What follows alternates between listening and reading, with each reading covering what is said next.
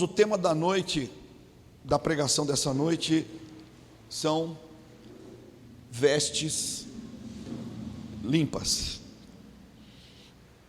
Eu tinha escolhido um título para essa mensagem, que era antes vestes sujas.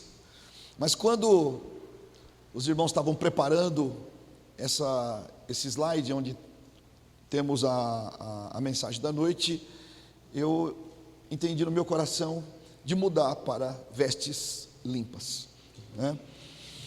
E nós vamos ler Zacarias capítulo 3, nós vamos ler do verso 1 ao verso 10.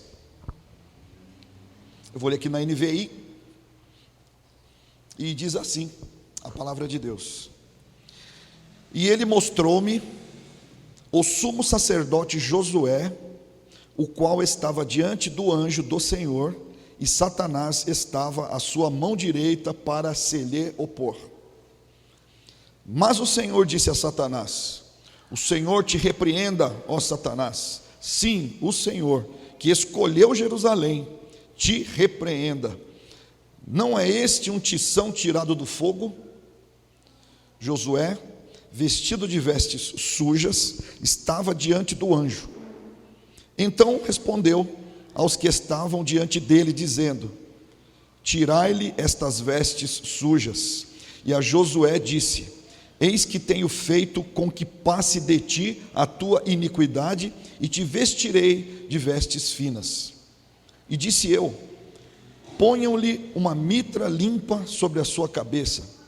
E puseram uma mitra limpa sobre a sua cabeça, e vestiram-no das roupas, e o anjo do Senhor estava em pé. E o anjo do Senhor protestou a Josué, dizendo: Assim diz o Senhor dos exércitos: Se andares nos meus caminhos, e se observares a minha ordenança, também tu julgarás a minha casa, e também guardarás os meus átrios, e te darei livre acesso entre os que estão aqui. Ouve, pois, Josué, sumo sacerdote, tu e os teus companheiros que se apresentam diante de ti, porque são homens portentosos. Eis que eu farei vir o meu servo, o renovo. Porque eis que a pedra que pus diante de Josué, sobre esta pedra única estão 7 olhos. Eis que eu esculpirei a sua escultura, diz o Senhor dos exércitos, e tirarei a iniquidade desta terra num só dia.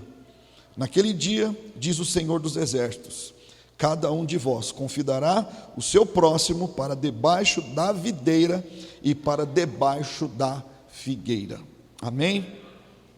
Pai, mais uma vez eu clamo, Senhor, a tua graça, a tua misericórdia, para que, Pai, essa palavra que vamos meditar nessa noite, ela possa, Senhor, atingir o seu alvo, atingir o seu objetivo, segundo o teu plano, segundo a tua graça, segundo o teu poder, segundo a tua misericórdia, segundo aquilo, Senhor, que tu preparaste para cada um de nós.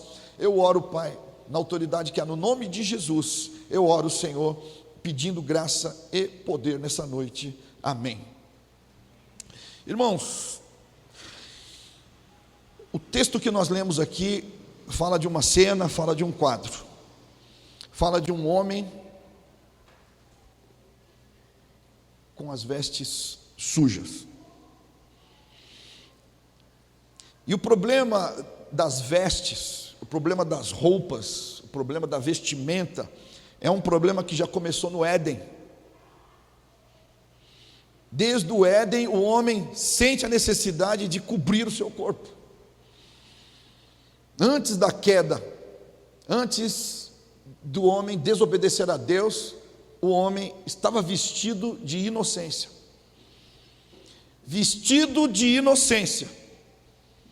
E tinha acesso à presença de Deus continuamente. Antes da queda, o homem vestido de inocência tinha acesso à presença do Senhor continuamente. Porém,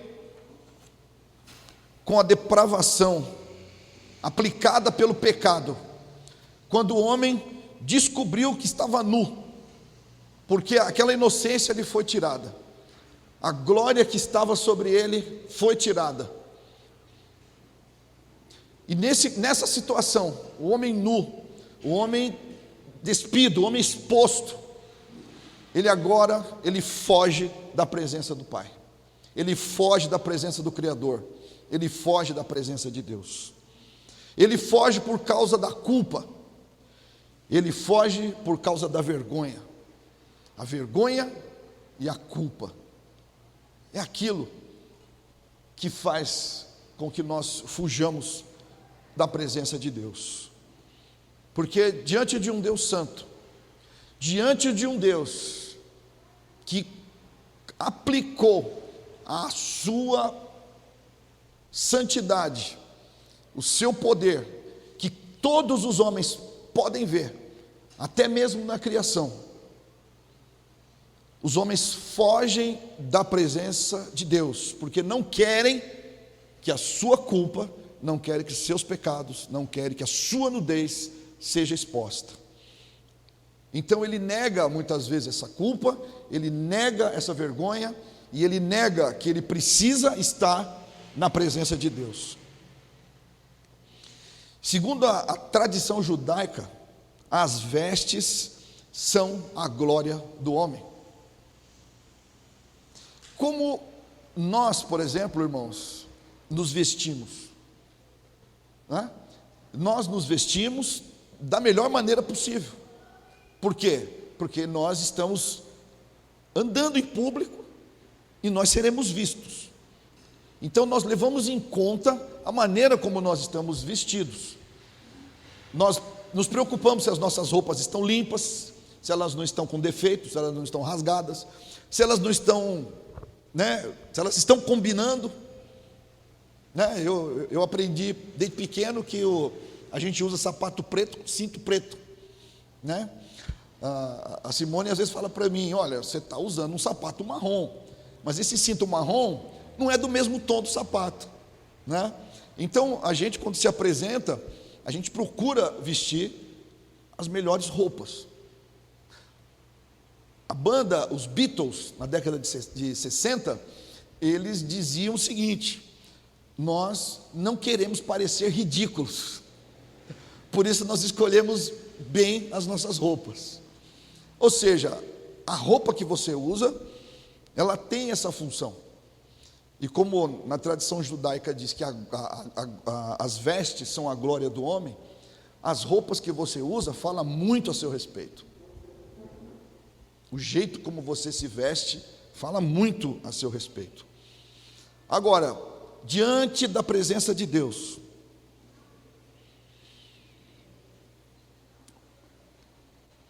como estão as nossas roupas? Como estão as nossas vestes diante de Deus? Agora eu falo da roupa, eu falo das vestes com as quais você se apresenta diante de Deus. Eu não estou falando dessa roupa, eu estou falando da roupa que Deus, olhando para você, Ele está vendo. Quais roupas Deus está vendo em você?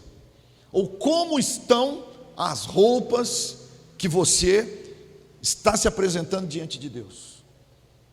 Quando Deus olha para você, qual é o estado das suas vestes?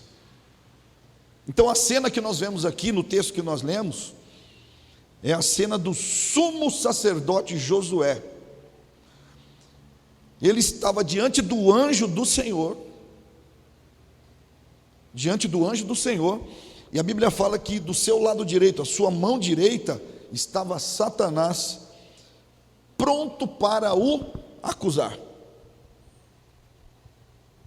Irmãos, essa é uma cena que eu já li algumas vezes, que eu já meditei algumas vezes, eu até cito essa cena várias vezes aqui, nas ministrações aqui, às terças, e é a primeira vez que eu estou pregando nesse texto, falando a respeito do texto específico aqui.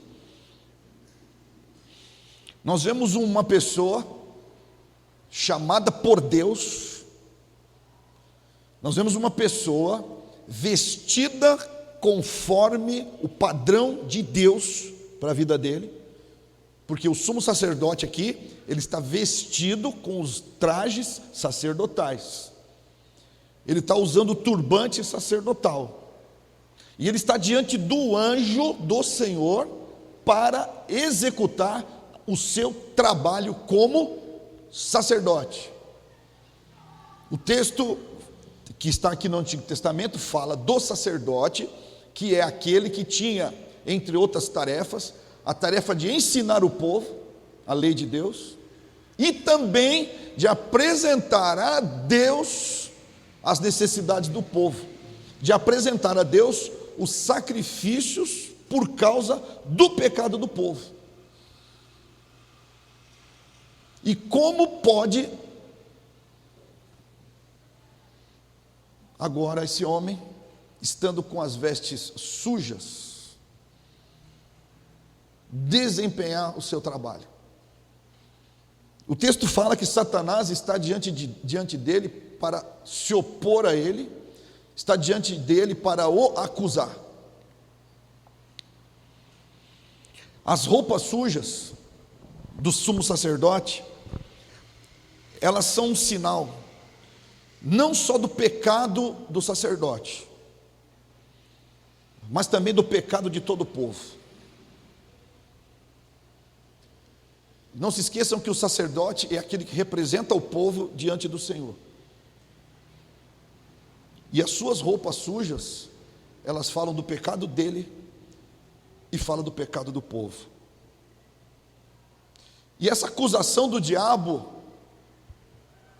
nos parece algo inquestionável. Ele deve estar dizendo assim: como você pode fazer o seu trabalho estando com as vestes sacerdotais sujas? Eu imagino que a sujeira que está na roupa de Josué não é algo que ele raspou enquanto passava perto de alguma coisa suja e manchou ali a beiradinha da vestimenta dele. Eu imagino que essa sujeira é uma sujeira tamanha que o deixa envergonhado.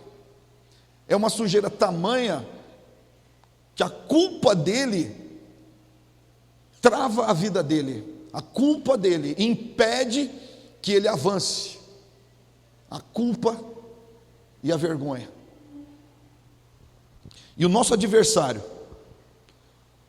Satanás, o acusador, o caluniador, ele trabalha de que maneira, irmãos? Aqui na terra, ele trabalha tentando o homem para que o homem peque. E diante de Deus, ele acusa esse homem. O trabalho de Satanás é impedir o trabalho do servo de Deus, através da acusação e através da tentação. Então essa cena aqui mostra o diabo dizendo: você não pode fazer o seu trabalho, porque as suas vestes estão sujas. Mas tem um detalhe nessa cena, que aliás é um dos primeiros detalhes que essa cena fala. O sumo sacerdote Josué, veja só, ele é o sumo sacerdote. Segunda, ele está vestido com vestes sujas? Sim, mas está vestido com as roupas que Deus determinou para a vida dele. E mais, o sumo sacerdote está diante do anjo do Senhor. Diante do anjo do Senhor. E diante do anjo do Senhor, assim mesmo vem Satanás para o acusar. E esse adversário ouve da voz do Senhor a seguinte repreensão: cale-se, Satanás, estes são os meus escolhidos. Você não tem autoridade para os acusar. Josué e o povo de Deus são como uma tição tirada do fogo, ou um tição tirado do fogo. O povo de Israel, nesse momento, era um povo, irmãos, que estava voltando do exílio babilônico. Por causa do testemunho do Senhor, eles estavam voltando da Babilônia. E se vocês não se lembram, por causa do pecado de Israel, a parte do norte de Israel, as 10 tribos do norte, elas foram dispersas por toda a terra. Mas as tribos do sul, Judá e Benjamim, Deus teve misericórdia deles, apesar do pecado deles, e Deus os exilou na Babilônia. E segundo a promessa de Deus, eles ficaram 70 anos na Babilônia. E lá eles progrediram financeiramente, eles se envolveram na vida dos babilônios. A Babilônia era uma cidade próspera, era um país próspero. Ali eles poderiam permanecer ali, fazendo os seus negócios, mas quando terminou os 70 anos do exílio, veio a ordem de voltar para Jerusalém. E quem voltou para Jerusalém? Todos os que foram para Babilônia? Não.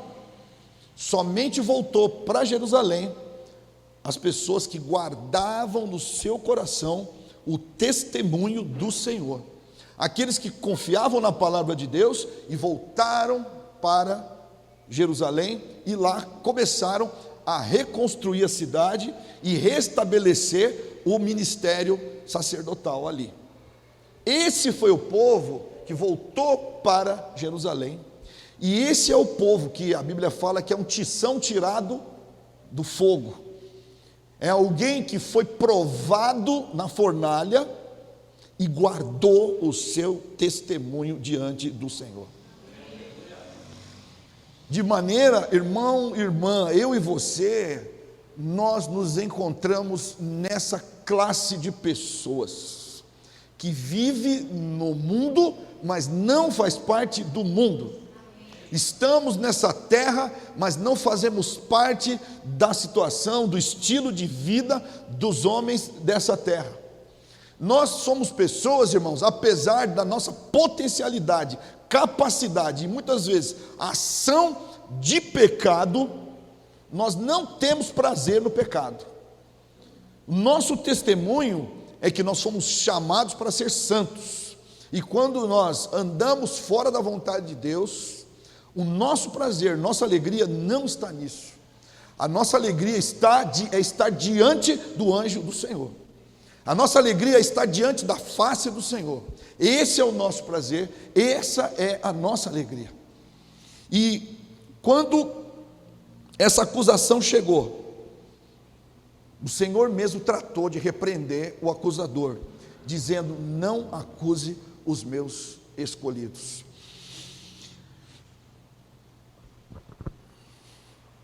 Põe para mim aí, Celso, Romanos 8, de 31 a 34.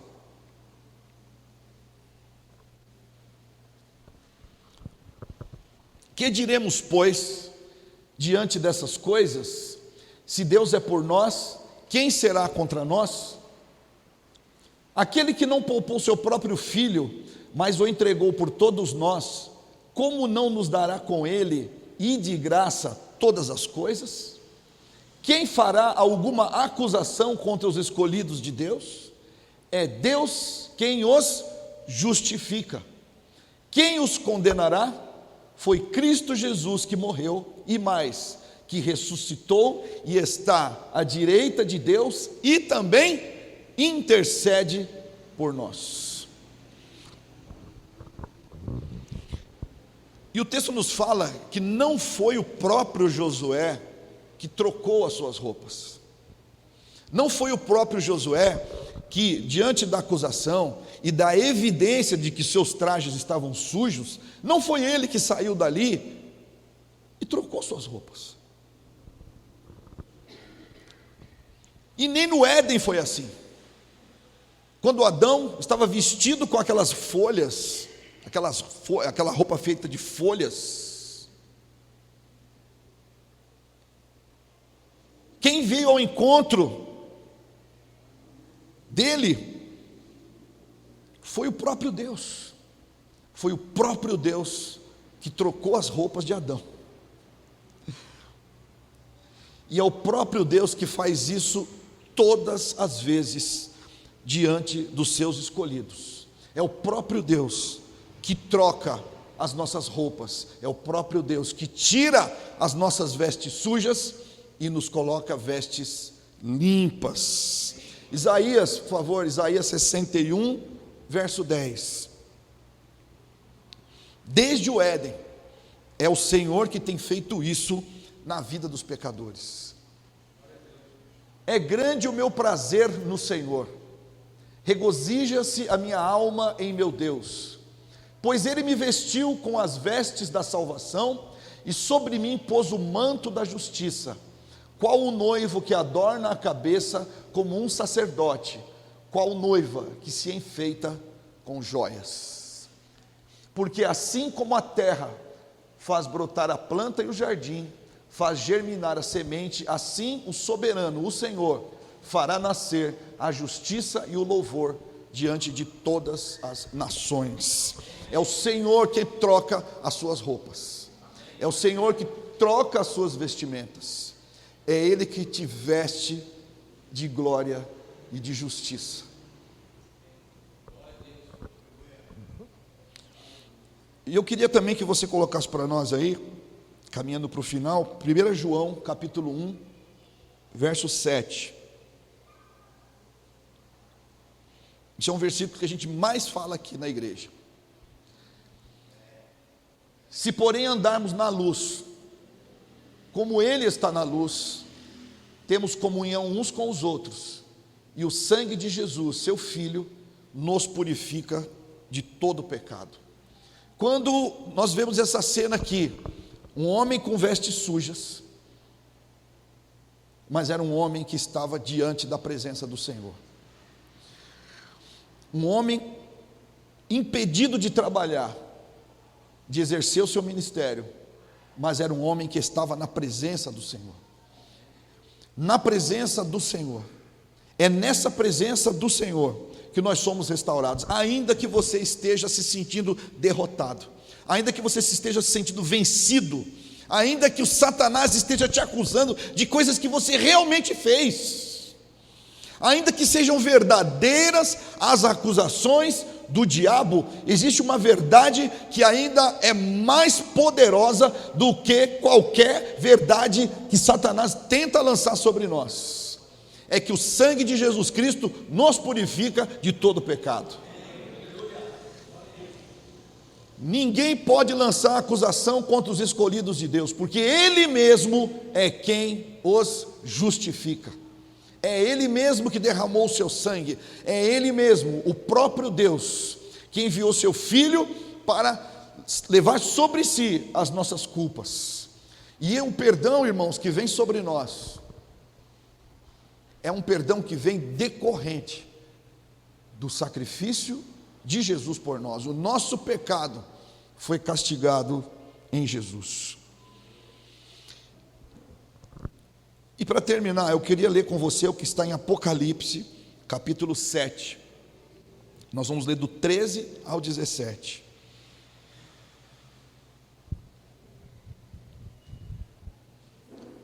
Então um dos anciãos me perguntou: quem são esses que estão vestidos de branco e de onde vieram? Respondi: Senhor, tu o sabes. E ele disse: estes são os que vieram da grande tribulação, que lavaram suas vestes e as alvejaram no sangue do Cordeiro.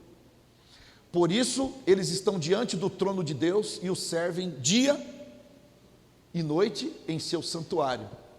E aquele que está sentado no trono estenderá sobre eles o seu tabernáculo. Nunca mais terão fome, nunca mais terão sede. Não os afligirá o sol, nem qualquer calor abrasador. Pois o Cordeiro que está no centro do trono será o seu pastor. Ele os guiará às fontes de água viva, e Deus enxugará dos seus olhos toda lágrima.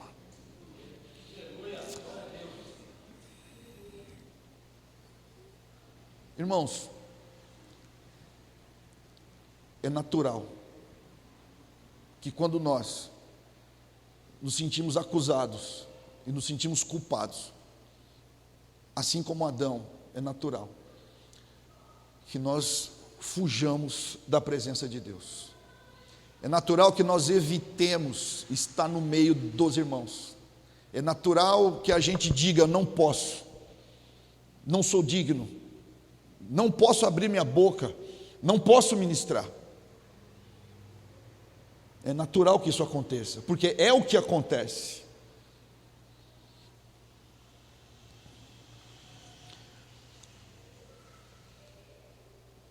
Mas não é isso que a gente precisa fazer, não é isso que a gente deve fazer, e pelo contrário, irmãos, assim como Adão fugiu da presença de Deus, assim como o próprio Jonas fugiu da presença do Senhor, você é um escolhido de Deus. O próprio Deus, Ele vai atrás de você, Ele vai ao teu encontro. Ainda que você fuja da presença do Senhor, Ele disse que Ele nunca vai te abandonar, Ele nunca vai te deixar, Ele nunca vai deixar que os seus pés tropecem. Ele vai correr ao seu encontro, e Ele vai te achar, e Ele vai falar com você, Ele vai dizer para você: eu estou aqui. Ninguém pode te acusar, porque o meu sangue te purifica de todo pecado. O Espírito dele vai dizer para você: isso que você fez está errado, isso não é a vontade, da minha vontade para a sua vida. E Ele vai ver no teu coração que você não anda por prazer no pecado, mas você tem alegria na presença dEle, e Ele vai, e Ele mesmo faz isso. O Senhor é aquele que te lava, o Senhor é aquele que te veste, e o Senhor é aquele que põe uma coroa na sua cabeça. Sabe como é que chama isso? Graça maravilhosa de Jesus. Aquele a quem Ele chamou, Ele mesmo santificou, e Ele mesmo glorificou.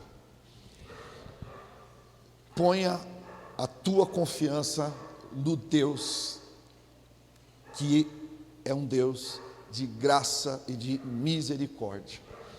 Não se afaste de Deus, mas confie que Ele te chamou para que você seja herdeiro da vida eterna. Amém? Eu louvo a Deus pela vida de cada um de vocês, louvo a Deus pela sua palavra, e peço ao Senhor que, quando Satanás vier te acusar, você se lembre que ele não tem mais autoridade para isso. Você está sob o sangue do Cordeiro, que te purifica de todo pecado. Amém? Amém?